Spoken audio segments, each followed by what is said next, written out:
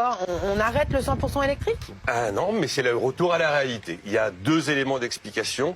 Les gens qui ont acheté du 100% électrique sont pour beaucoup déçus. Ils ne le referaient pas parce qu'ils ont payé 30% plus cher que leur moteur thermique, parce que l'autonomie n'est pas forcément au rendez-vous, parce qu'on constate que les recharges rapides, notamment sur autoroute, ça coûte le prix d'un plein à gazole. Et McKinsey a mené une enquête auprès des acheteurs de 100% électrique en Europe et aux États-Unis. Un tiers dit qu'ils regrettent de ne pas avoir gardé un thermique, même pas hybride. Donc c'est la réalité. La réalité, c'est que le consommateur décidera enfin, c'est le juge.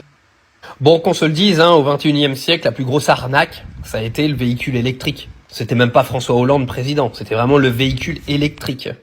C'est quand même la plus grosse escroquerie de la Terre. Le machin, tu le prends, ils te disent t'as 400 km d'autonomie, tu vas sur autoroute, il t'en reste 200, déjà ça part mal.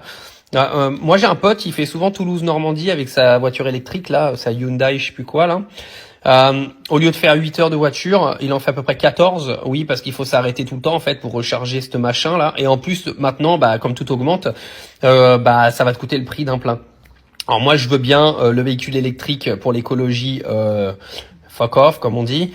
Et si tu veux, à la rigueur, avoir une voiture d'appoint à côté pour faire des petits trajets, genre 5-10 km pour aller en ville, ça peut dépanner, parce qu'au moins tu fais des économies. Et encore, je sais même pas. Mais franchement, faut arrêter cette escroquerie là. Faut arrêter cette escroquerie.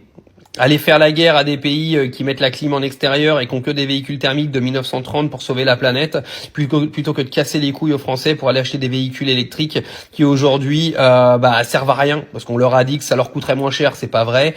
La voiture, elle coûte une blinde et puis la recharger, ça commence à coûter une blinde. Et foutez-vous-les dans le fion vos voitures électriques. On arrête le 100% électrique? Ah non, mais c'est le retour à la réalité.